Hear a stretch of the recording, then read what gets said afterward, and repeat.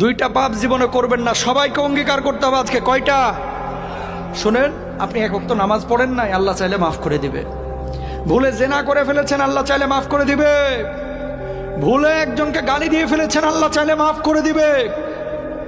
ভুলে ফজরের নামাজে জাগতে পারেন নাই বা ইচ্ছে করে জাগেন না, একদিন আল্লাহ চাইলে মাফ করে দিবে। রোজা একটা করেন না, আল্লাহ চাইলে মাফ করে দিবে। দুইটা গুনাহ এমন আছে যেটা আল্লাহ কখনো মাফ করবে না। কয়টা?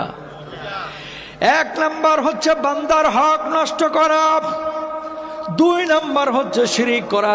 প্রিয় ভাইরা আমার, কলিজার টুকরারা আমার, খবরদার, ভাইয়ের সম্পদ হয়ে ভাইয়ের সম্পদ নষ্ট করেন না, ভাই হয়ে ভাইয়ের সম্পদ নষ্ট করেন না, ভাই হয়ে বোনের সম্পদ মেরে দিয়েন না, আরেকজনের হক নষ্ট করে আরেকজনের জমি দখল করেন না।